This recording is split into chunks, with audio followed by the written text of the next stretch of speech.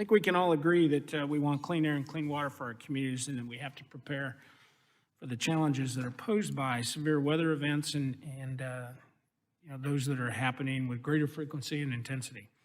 And while climate change is often considered to be a loaded issue that sends us all to our respective partisan corners, I can tell you that protecting the environment is very much a bipartisan issue.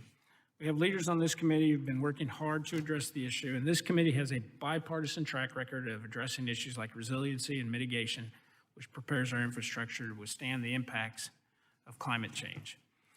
We're willing to work with our Democrat colleagues on goals of reducing emissions in transportation. However, my colleagues must also understand that people are not going to stop driving cars or flying on airplanes. While dramatically increasing funding for transit and passenger rail, as proposed in last year's H.R. 2, it's going to take some cars off of the road in urban centers, but it's often inefficient and very much unjustified in rural America. Meanwhile, there are a couple of key points that help keep things in perspective. America is the world leader in reducing emissions, and according to the International Energy Agency, U.S. emissions reductions in the last 10 years have been the largest in world history. Plus, goods manufactured in the U.S. now are 80% more carbon efficient than the world average.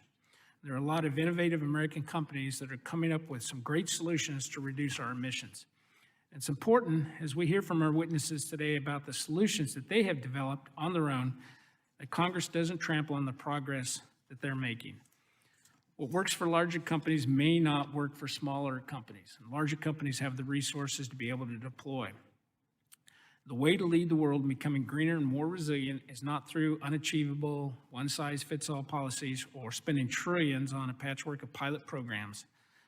Heavy-handed mandates are only going to waste money and constrain innovation and put many of our job creators out of business. Instead, incentives that spur American innovation and accelerate what is already being done are the key to achieving our climate goals without taking down the economy and regulate jobs simply out of existence.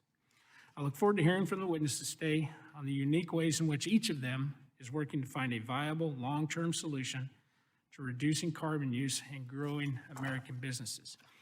And with that, I would like to yield my remaining time to the ranking member on the Select Committee on Climate, Mr. Graves.